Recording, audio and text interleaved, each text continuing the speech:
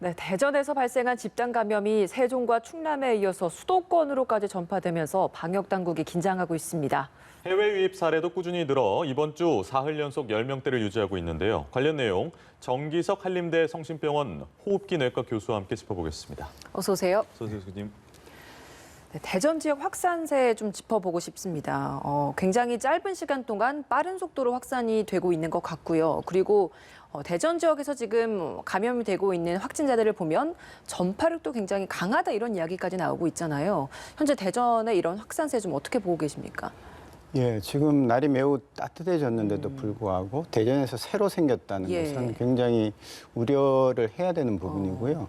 우리가 다 알다시피 대전은 교통의 요충지입니다. 예. 영남, 호남에서도 가까이 갈 수 있고 수도권에서도 출퇴근하는 분들도 적지 않아요. 예. 특히 지금 정부종합청사가 있고 보건 관련 그 시설이 있는 오송하고 세종에서도 대전에 집을 두고 출퇴근하는 분들이 적지 않거든요. 그래서 매우 주의 깊게 봐야 된다 그렇게 봅니다. 예.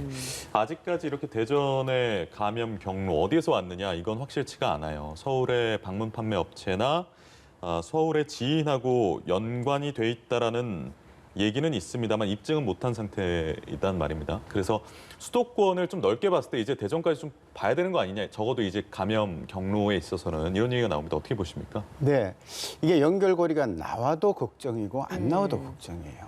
나오면은 대전까지 벌써 연결이 다 되고 있다는 그런 반증이 되겠고요. 안 나오면 새로운 지역사회 감염이 대전에서 시작됐다. 그렇게 볼 수 있는 거죠.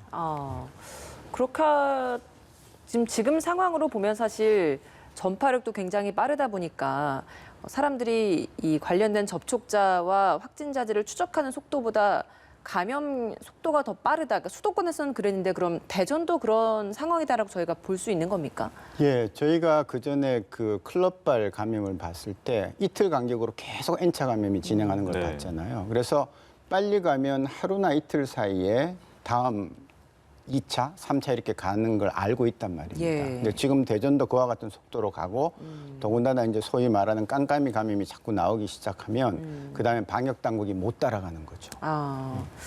수도권 확진자 이야기를 좀 더 자세히 좀 짚어보겠습니다. 특히 수도권 내에서는 리치웨이 관련 확진자가 굉장히 좀 많이 늘어나고 있습니다. 벌써 180명이 넘은 상황인데 근데 여기에서 확진자들을 보면 직접 접촉을 해서 그러니까 직접 감염된 사람보다는 접촉을 통한 간접적인 N차 감염 확진자들이 3배 이상 많다는 부분인 것 같아요.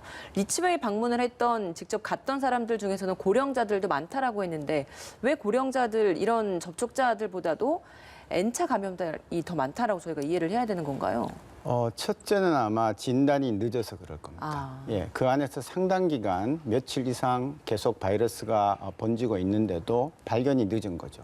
그러니까 발견되면 우리가 다 조심을 하지만 그전엔 조심을 안 하니까 그분들이 다니면서 계속 주변 사람들한테 퍼뜨렸을 거고 예.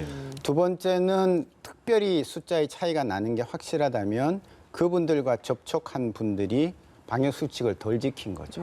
예, 좀 제대로 지켰더라면 암만 접촉을 해도 그렇게 쉽게 넘어가지도 않습니다. 예. 그러니까 마스크하고 손위생 등등 잘 했으면. 그리고 또 이제 리치웨이 방문한 분들이 연세가 높든 낮든 간에 좀 활동적인 분들이잖아요. 사실 이런 때 그렇게 모이면 안 되거든요. 그러니까 그분들이 부주의하게 여기저기 다니면서 바이러스를 퍼뜨렸을 가능성도 있는 겁니다. 교수님, 그 말씀하신 고령층 같은 경우에는 치명률이 사실 높잖아요. 젊은 층하고 어느 정도의 차이가 납니까? 저도 상당히 놀랍습니다. 80세 이상이면 25%의 치명률이에요. 4명 걸리면 1명이 돌아가시고요. 70세 이상인 경우에는 10%입니다. 10명에 1명.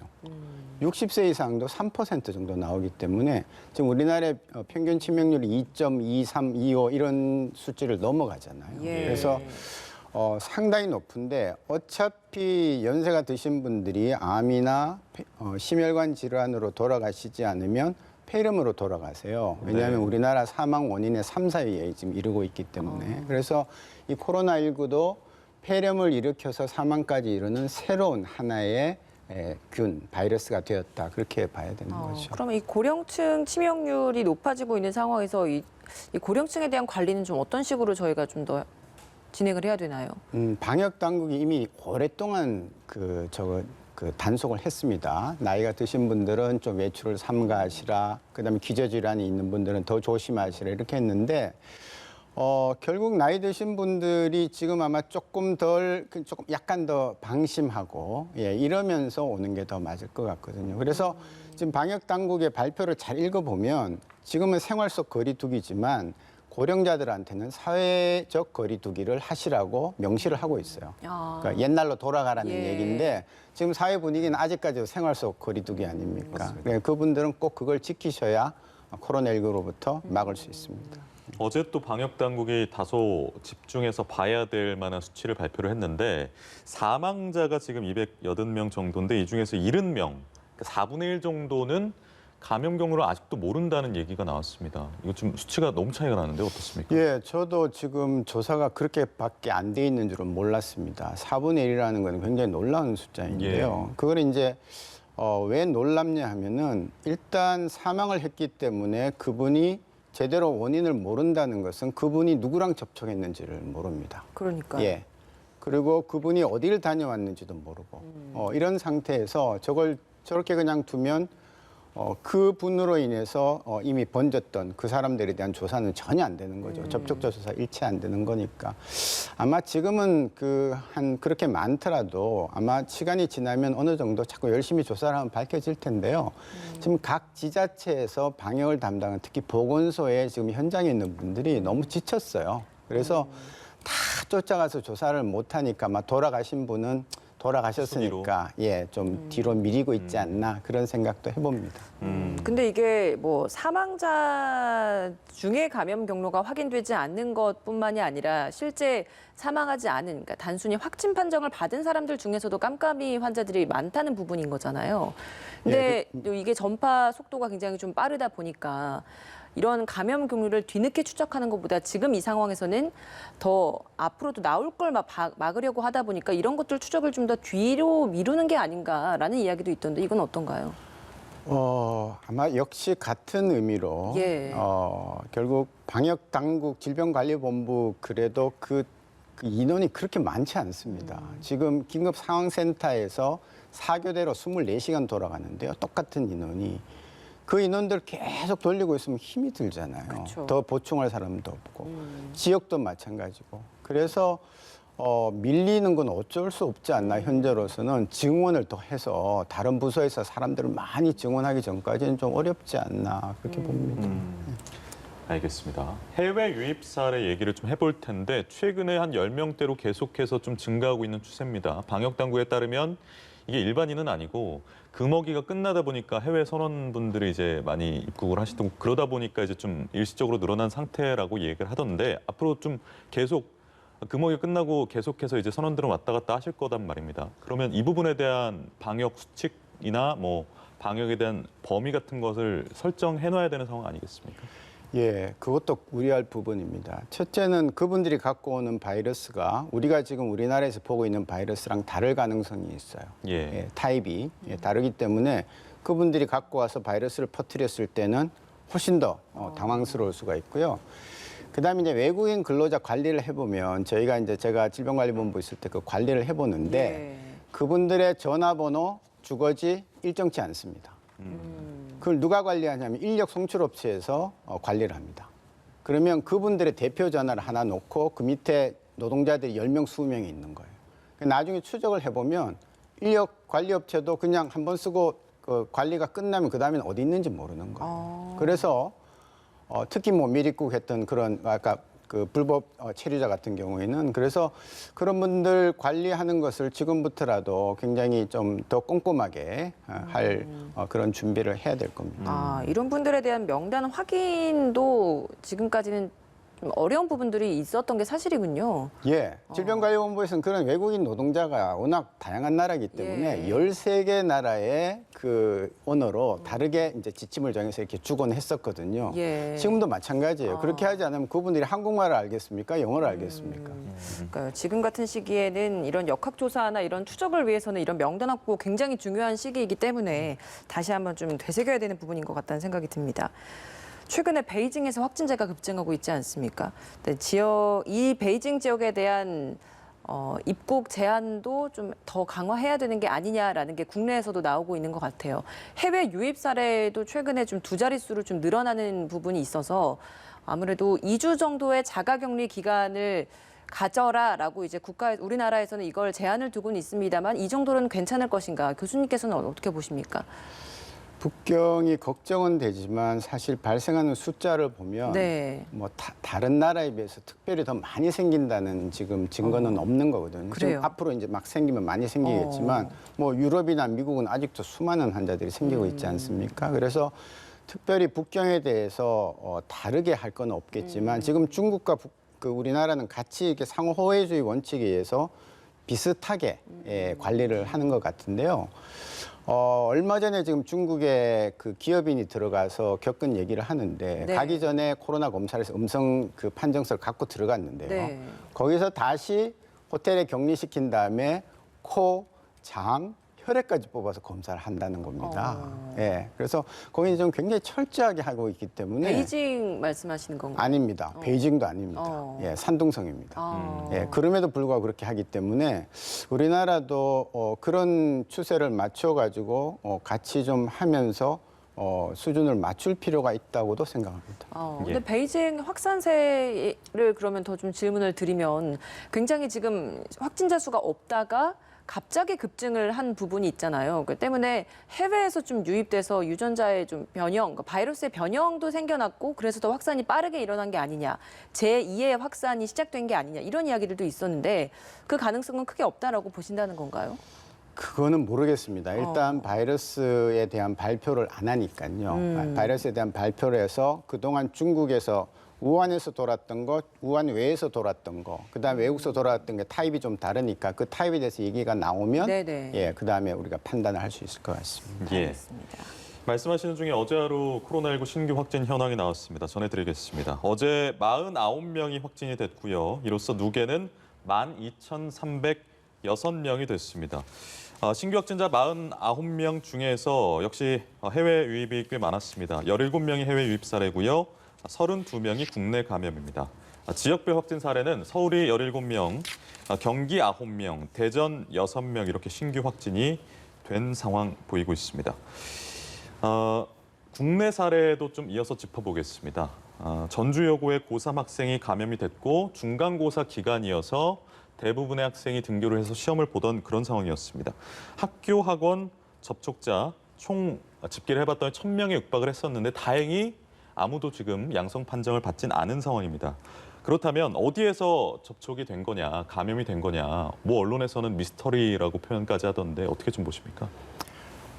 일단 그 접촉자를 다 검사했을 때 다 음성이라는 것은 굉장히 다행입니다. 예, 전주 지역에는 지역사회에 그렇게 많이 안 들어가 있다는 그런 다행이고요. 우리가 다 열심히 찾아서 다 답이 나오면 좋겠지만 답이 안 나오는 경우 참 많습니다. 그래서 그분이 첫 번째 그 학생이 1번 환자이긴 하지만 0번 환자는 우리가 알 수 없는 경우가 참 많거든요. 네. 근데 추후 양성이 나오는 경우도 있어서 지금 그러니까 확진자와의 접촉자가 다 음성이 나왔다고 해도 안심할 수는 없는 상황이라고 봐야 되는 건지 어느 정도 기간까지 좀 더 주의를 가지고 지켜봐야 되는 건가요? 예, 그게 제일 문제죠. 전수검사를 일단 합니다, 급하게. 예. 그러나 그중에 몇 명은 그 안에서 바이러스가 막 자라고 있는 거죠. 그래서 바이러스가 있는데도 불구하고 안 나오는 시기를 잠재기라고 얘기합니다. 예. 잠복기하고 다릅니다. 그때는 바이러스가 충분치가 않기 때문에 코에 넣어서 암만 따내도 예. 안 나오는 거예요. 잠재기가 그렇다는 잠재기라는 게 말씀이십니까? 있습니다. 예. 그러면서 이제 바이러스가 흘러나오고 증상이 없는 시기를 이제 아임상기라고 부르는데요. 그 두 개를 합쳐서 우리가 잠복기라고 얘기를 하는 거죠.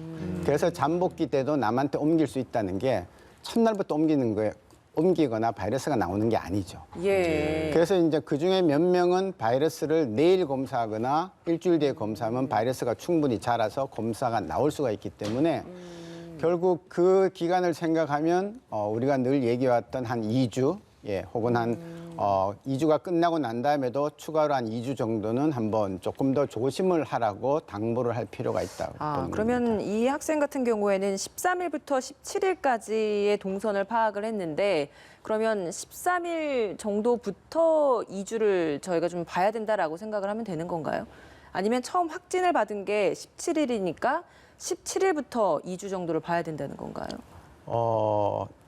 일단 그 환자가 치료가 되는 것은요. 예. 바이러스가 없어질 때까지 끝까지 봐야 됩니다. 아, 예. 그러니까 지금 보면 바이러스가 한 달씩 가지 않습니까? 그런데 이제 그 학생이 미리 옮겼을지 모르는 것은 이틀 전을 잡는 거거든요. 예. 이분이 15일 날 증상이 나타나 16일 검사하고 17일 날 결과가 나왔으니까 13일부터 48시간 전부터 시작해서 했으니까 그때부터 접촉했던 사람들은 최소한 2주는 같이 보고 있어야 되겠다라는 거죠. 알겠습니다. 알겠습니다.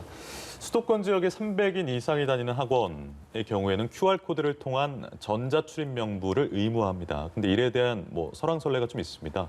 학원에 다니는 사람들은 등록을 다 하고 다니는 사람들인데 뭐하러 이렇게 그러니까 일시적으로 왔다 갔다 하는 사람들이 많은 시설 같은 경우에는 QR코드를 하는 게 이해가 되나 학원까지 이걸 할 필요는 없다라는 지적인데 교수님께서는 어떤 의견 가지고 계세요? QR코드는 방역 당국한테는 굉장히 편하죠. 예, 금방 다 할 수 있으니까요. 그러나 QR코드를 쓰든 안 쓰든 방역이 잘 된다는 증거는 없습니다. 예, 그걸 찍으면서 들어가면 조금 더 조심할 수는 있겠죠. 그래서 사실 더 잘해야 되는 것은 QR코드보다는 그 안에 들어가서 사람들이 얼마나 방역 수칙을 잘 지키느냐.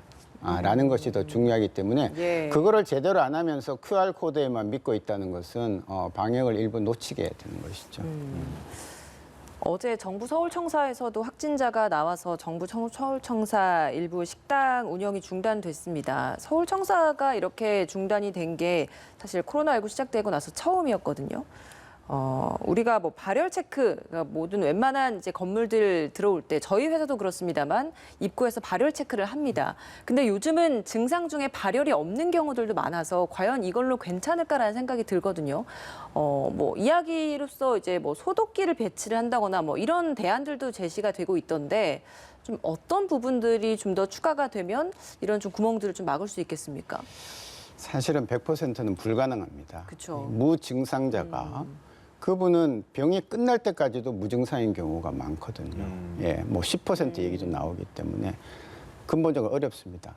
근데 이제 소독기는 우리가 보면 그럴듯해 보입니다. 막 뿌리고 하니까요. 실제로 옷에 묻어 있는 바이러스는 어느 정도 잡겠지만 우리가 병이 걸릴 때 그 옷에 묻어 있는 바이러스가 그렇게 일부러 막 닦아가지고 이렇게 하지 않는 이상 그렇지 않거든요. 그리고 이제 바이러스는 나의 코와 입을 통해서 나오기 때문에 거기는 소독이 안 되는 거예요. 예, 그래서 오히려 소독기를 통과했으니까 나는 안전하다 하고 마스크를 좀 벗고 이렇게 혹시 그런 행동을 한다면 소독기가 없는 것만 못한 겁니다. 그 QR코드 사용과 좀 비슷한 맥락이신 것 같습니다. 예. 알겠습니다. 이런 지금 상황인데 해수욕장에서는 예약제라는 추이의 조치가 지금 발령이 됐습니다. 좀 어떻게 보십니까? 제가 듣기로는 해수부에서 이제 이 아이디어를 냈다고 하는데요. 그래서 이제 이 방역도 컨트롤 타워가 조금 더 강화돼야 되는 문제입니다. 자, 하면 좋습니다. 그런데 그 넓은 바닷가에 바람이 불고 탁 트인 야외에 그렇게 꼭 제한을 해야 되느냐? 그거를 제한하려면 차라리 지금 우리가 갖고 있는 모든 밀폐된 시설, 폐쇄된 시설에 대해서 조정을 해야죠. 예, 그러면 어느 예를 들어서 어느 업소는 몇 명 이상 못 받는다. 그거 다 하는 거거든요. 외국서는. 우리는 한 번도 안 했어요. 그런 거에 대해서. 예. 그럼에도 불구하고 해수욕장부터 하겠다라는 것은 상당히 좀 이게 형평이 맞지 않는 조치라고 보고요. 그다음에 사실은 해수욕장 입장 인원을 조절을 하려면 해수욕장에 붙어 있는 숙박시설이나 식당에 대해서 참여 인원을 조정을 해야 되는 겁니다. 예. 근데 해수욕장 같은 경우에 지금 같은 경우에야 사람이 좀 많이 없습니다만 여름철에 우리 지금 해수욕장 모습 보면 파라솔 비치도 굉장히 다닥다닥 붙어 있기도 했고 사람들이 꽉 차 있는 모습이잖아요. 그러니까 넓고 탁 트인 야외이긴 하지만 사람들이 밀집되어 있는, 그러니까 흔히 우리가 이야기하는 코로나19로서 피해야 하는 그런 밀집 공간과 흡사하기 때문에 그런 예방적 차원에서는 그런 조치들이 과연 좀 실효성은 있을지 그건 어떤가요? 하면 할수록 좋습니다. 그러나 그 지역에 가까이 있는 도시의 저녁에 바나 클럽에서 얼마나 많은 사람들이 지금 가까이 밀접 접촉을 하면서 지내고 있는 걸 생각하면 어떻게 보면 좀 난센스죠. 이말 차단 마스크가 지금 국민들께 많이 널리 보급된 상황은 아닌 것 같고 또 일각에서 이런 얘기도 나옵니다. 의료관리기 있잖아요. 가전 제품 중에서 요즘 인기인데 여기다 옷을 넣어놓으면 옷이 살균이 돼서 바이러스가 다 죽는다는 겁니다. 이것 좀 어떻게 봐야 될까요? 신빙성이 있습니까? 제가 그 실험한 걸 보니까 네. 신빙성이 있습니다. 아, 그런가요? 그래요? 그런데요, 옷에 붙어 있는 거는 그냥 옷걸이에 걸어두면 6시간이면 죽어요. 네. 그래서 뭐 그런 게 없더라도 그렇게 섭섭해하지 마시고 자외선에 1시간이면 바이러스가 없어지고요. 60도 이상에서 60도에서 30분이면 바이러스가 비활성화됩니다. 햇볕에 좀 걸어두거나 하면 좀 더 빨리. 그렇습니다. 네. 알겠습니다. 마지막으로 이 질문 좀 짧게 드려보도록 하겠습니다. 코로나19 치료제에 관심이 굉장히 높은데 영국의 한 연구팀에서 임상시험을 해봤더니 치료제 덱사메타손이라는 치료제가 코로나19에 효과가 있다. 그러니까 새로운 치료제 이름이 좀 거론이 된 것 같아서요. 이게 어떤 치료제이고 실제 효과가 있는 겁니까? 예, 우리 정은경 질병관리본부장님도 뭐 보조 치료제라고 얘기했지만 이 덱사메타존은요, 먹는 약도 있고 주사약도 있는데 먹는 약 한 알에 10원입니다. 10원이요? 10원입니다, 한 알에. 예, 그래서 이 약은 의료계에서는 만병통치약으로 불리는. 그러니까 뭐 웬만한 데 쓰면 다 좋아집니다. 이건 이게 호르몬입니다. 스테로이드제인 예, 거죠? 스테로이드 호르몬이기 때문에 이거를 먹거나 주사를 맞으면 입맛도 좋아지고요. 예, 얼굴도 뿌옇게 되고 다 좋아지기 때문에 이건 아마 어디까지나 보조고요. 우리가 이제 코로나19뿐만 아니라 여러 가지 폐렴이 심해지면 이 덱사메타존을 비롯한 이 스테로이드제는 늘 써왔어요. 저도 수없이 많은 환자들 썼습니다. 예. 효과가 있기도 하고 없기도 합니다. 그래서 이거는 조금 더 자세히 봐야 되고요. 이 약에 의존한다는 건 절대 아닙니다. 이거는 바이러스를 잡는 약이 아닙니다. 보조 약제입니다. 알겠습니다. 네. 오늘 여기까지. 말씀 여기서 마무리 짓도록 하겠습니다. 정기석 한림대 성심병원 호흡기내과 교수였습니다. 고맙습니다. 맞습니다.